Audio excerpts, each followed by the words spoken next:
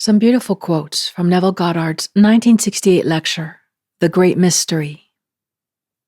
Neville says, "One man fell into diversity. Now asleep, he sees millions of others and does not realize they are himself pushed out." And sometimes some of his students had dreams of him, and maybe even some of you have had night dreams with Neville in them, as I have myself.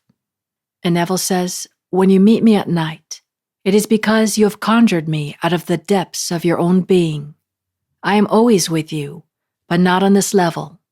I died in 1960, and from that day on, I have revealed the secrets of God from within." Now with this death, Neville's talking about a mystical death, not his actual physical death. But even though a decade plus later, he would pass on from what we call the physical world, reality, still the same holds true. Neville's always with us, and we can conjure him in anything from the depths of our being.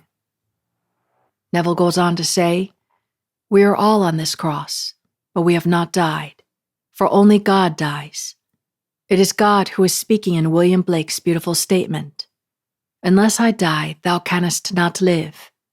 But if I die, I shall rise again, and thou with me. Would thou love one who has never died for thee, or ever die for the one who had not died for thee? And if God dieth for man and gives himself eternally for man, man could not exist. So God dies, and everyone who is raised becomes one with him. You know me as a person, but I am one with God, so in that sense I died. I've died to the flesh in order to lie in you. From now on, you will find me within, not without."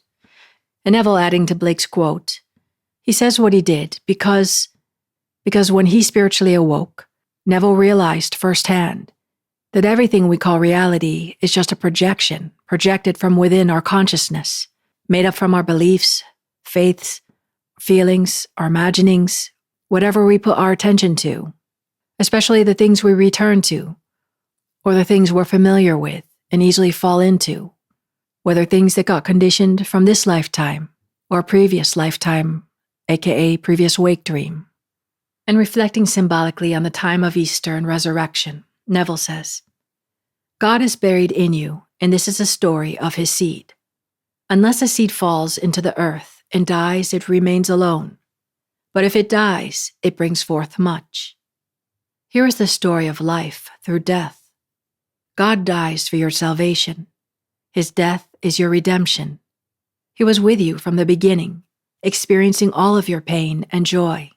But when he gives up this world, the curtain is split, and as he is lifted up, he takes himself, now individualized, with him. That is your ascension. Now the resurrection is not the ascension. Your resurrection and birth from above come first. This is followed by the ascension 9 months later. To the Christian world, this is only a parable, for they have not stirred themselves to question it. And not everyone who hears the truth will believe it, because they have not been called to hear it, and that goes from the Pope down. No matter what man calls himself or what robes he clothes himself in, he is sound asleep.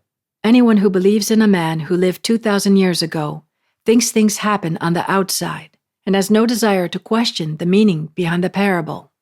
But one day, a man will know from experience that everything is taking place within, that the world is but a mirror, reflecting that which is within. God's law was established in the beginning, as everything must bear fruit after its own kind. If it's a pear tree, it bears pears. A plum tree bears plums, and an apple tree apples. Bones represent the law of identical harvest. Assuming you are known or unknown, wanted or unwanted, wealthy or poor, your assumption is your seed. And because of God's law, you will bring forth that which you have assumed you are. So when Jesus Christ has risen, the curtain has been torn, and he has left this sphere. But having left this law behind, they could not break his bones. A great scholar sees everything on the outside, and therefore speaks of a parable. But you have been given to know the mystery of the kingdom of heaven. Not everyone will receive it, so it is offered to more than can accept it. There will always be a remnant, however, who will understand and believe. That is how we go up. And in closing, Neville says, It is my desire that everyone will soon celebrate the splitting of the spiritual temple and move into an entirely different world to exercise a power of which mortal man knows not of. I can't explain this power, but it is in my head. I can move mountains by simply exercising it, as this power is my very being. Hearing it in my head, I control it there. My 5 senses has synthesized into a power so great. I can do anything, and as I exercise, this power it grows and grows and grows. It has been 8 years since God died, and since that time I have grown in power, grown in wisdom, and expanded in the bosom of God. It is my prayer that you will know it too. And this power that Neville's talking about is your power of imagination, from which all that you call reality, your very body, this world you live in, is all born from. And in that imagination you can do anything. We've seen all kinds of amazing things, miracles, and they all had their birth in the imagination. Although we may seem split right now, as in billions, it all comes back to one great consciousness. Just like when you go to bed at night, and you dream of a world as real as this, and you may see many people, even millions, billions, but you wake up and it all dissolves back into your consciousness, as within, so without. And in this sense, what do you think it means when Neville says, "It's been 8 years since God died"? I would say when Neville spiritually woke up, he realized there is no outside God. God and he are one. So this God that we think is on the outside, that we answer prayers to, that seems sometimes answered or not, that dies when we realize we are the creator, destroyer, sustainer, when we refine this mystical instrument, the imagination. We start at the human level with this imagination, and as we grow and develop it, we reach the godly levels that Neville did, so he sees beyond the illusions of life. He knows who he truly is, and what we all are beyond the dream of life. And now let us go into the silence.